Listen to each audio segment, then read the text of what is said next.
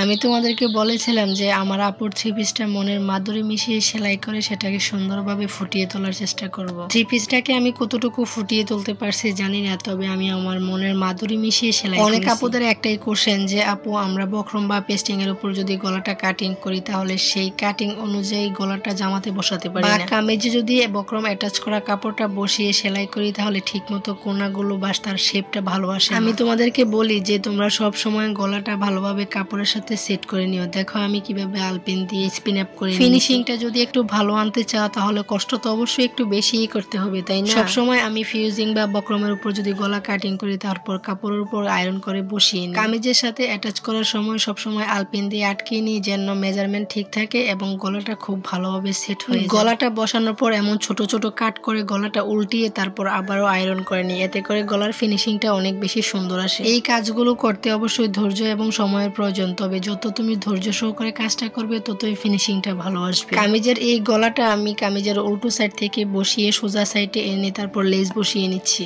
গলার ডিজাইনটা আমি এভাবেই করার চেষ্টা করেছি। আমার ইচ্ছে হয়েছে ডাবল লেস দিয়ে গলার ডিজাইনটা করব, তাই কামিজের উল্টো পাশ থেকে সোজা পাশে গলার পট্টিটা এনে তারপর ডাবল ভাবে লেস বসিয়ে নিচ্ছি। লেস বসানো হয়ে গেলে তারপর আবারও আমি গলাটাকে আয়রন করে সেট করে নেব। আচ্ছা তোমাদেরকে একটা কথা বলি, এভাবে ডিজাইন করে যদি তোমরা থ্রি পিস সেলাই করো তাহলে সেলাই মজুরি কত করে দাও প্লিজ কমেন্টে জানিও। অনেক আপুরা আমাকে জিজ্ঞেস করো যে আপু তুমি এই ড্রেসগুলো যে লেস দিয়ে সেলাই করো বা ডিজাইন করে সেলাই করো মজুরি কত টাকা নেও? আসলে বেশিরভাগ ডিজাইনের ড্রেসগুলোই আমার নিজের বা আমার নিজেদের রিলেটিভদের হয়ে থাকে, তাদের কাছ থেকে আমি কোনো কস্টিং ফি নিই না। কোনো কাস্টমার যদি আমার কাছে এমন ডিজাইন করে ড্রেস বানাতে চায় তখন আমি তাকে আমার পরিশ্রম অনুযায়ী পারিশ্রমিকটা বলে দিই। কিছু কিছু মানুষ এমন আছে যে ভালো ডিজাইন চায় তবে টাকা দিতে চায় না, তাদের ক্ষেত্রে কখনোই আমি ডিজাইন ড্রেসটা অর্ডার করি না। সেলাইয়ের এই কাজটা যে বাধ্যতামূলক আমাকে করতেই হবে এমনটা নয়, শখের বসে যেহেতু আমি এই সেলাই কাজটা শিখেছি তাই তার চর্চাটা ধরে রাখার চেষ্টা করি। এই ডিজাইনটা করব আমি পাজামার মুহুরি, ফিউজিংটা কাপড়ের সাথে অ্যাটাচ করে তারপর আড়াআড়ি করে আমি সেলাই করে নিয়েছি একটু মোটা মোটা করে। এই ডিজাইনটা যেহেতু আমি পায়ের মুহুরির নিচের সাইডে বসাবো তাই মাঝ বরাবর একটু লেস বসিয়ে নিয়েছি। সেলাই করার সময় যেন মেজারমেন্টটা ঠিক থাকে তাই আলপিন দিয়ে পিন আপ করে তারপর উপর থেকে দুটো চাপ সেলি দিয়ে নিয়েছি। পাজামার মুহুরিতে ডিজাইনটা বসানো ডান, এখন আমি পুরো পাজামাটা সেলাই করে নিব।